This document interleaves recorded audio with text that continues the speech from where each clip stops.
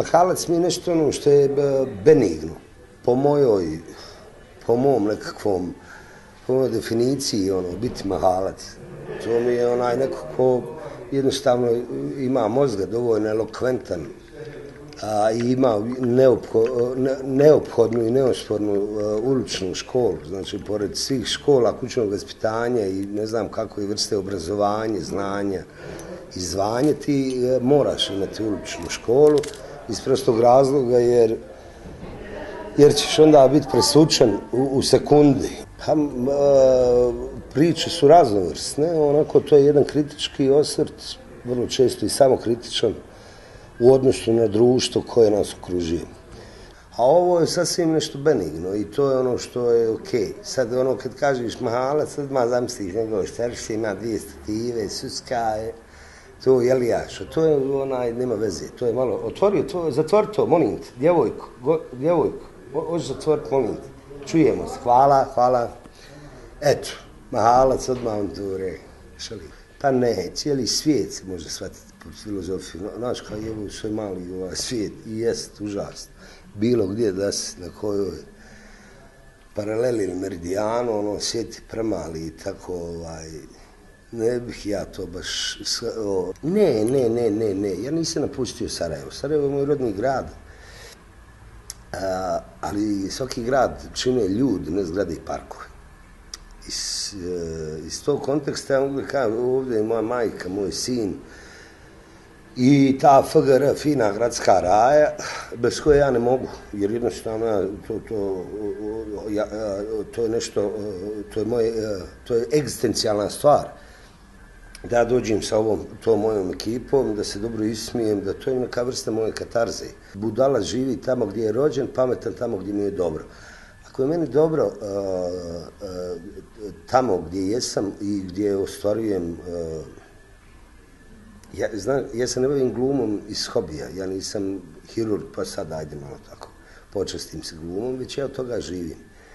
Ako ja ovdje nemam dovoljno prostora, dovoljno ljudi koji će uložiti u moj talent neosporni, ja onda nemam tu šta da tražim. Ja ne bavim trbuhom za kruhom konkretno i najkonkretnije. Trbuhom za kruhom, ja sam bio ovdje u ratu sa vrijeme i nemam ja taj, ne jebem ja s džukcima, mogu imati problem i konfliktne situacije i tako dalje, ali nemam ja problem Sarajeva kao Sarajeva. Mene interesuje uvijek mikroklima, neki mikrosvijet. Sad ja neću da ispravljam krive drine, ne da budem rebel. Ja sam uvijek buntovnik sa razlogom, iz prostog razloga kad mu udare na kašku ili na bilo koji način uđu u moju auru i pokušaju da mi isperu mozak i da me naprave džukce. Onda normalno je da reagujem i da hoću i šamarčinu da opalim i bukvalno i ovako, jer ne dam nama pa nek ide glava, ne jebem ja to. Te džukce da me razumiješ. Tako da uopšte mene ne interesuju nekakve ovo stvari, niti nacionalne, ako ne znam koja je to vrsta pida, jebe mi se, džukac je svuda džukac, razumiješ. Nacionalizam je jedna divna pojava i neophodna, ali šovinizam je jedno smeće. Sve dok bude sockomunistički pristup teatru, filmu, dok ne bude neovisna produkcija, ali neovisna normalno, zna se ko ti daje novac, ali razumiješ me,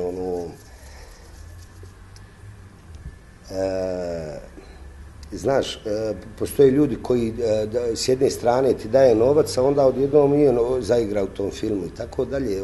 Mislim da to nije dobro, ali mladi ljudi su džukele. Onako, govorim o mojim kolegama, ja užasno branim svoje snaf i ne dam pardona nikom i to govorim i mlađim starijim kolegama kad onako minimiziraju naš posao.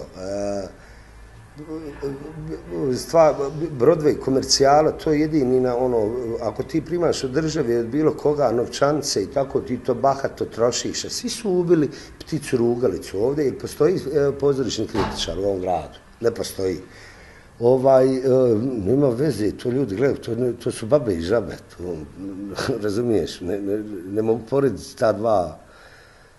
te dvije pojave u našem društvu. Teatr kao pojava u našem društvu je nešto što je također, što nikad nije zaživjelo. Kad bi teatr, daj Bože, da ikad bude gledljiv kao što su reality, onda bi teatr možda bio i mnogo bolji, rafinisaniji. Ja sam ušao prvi put u Velikog brata da bi napravio prodor u region, a poslije toga zbog novčanica. Mene interesuje novac, to da se ja borim žukcima, to raznim papcima koji kaki ili piški kao limunad, pa neš zapravo za sebe, pa treba normalno da šmjevat na te. Onda bar novac nekako to bol, patnju, poniženje može nekako umiriti.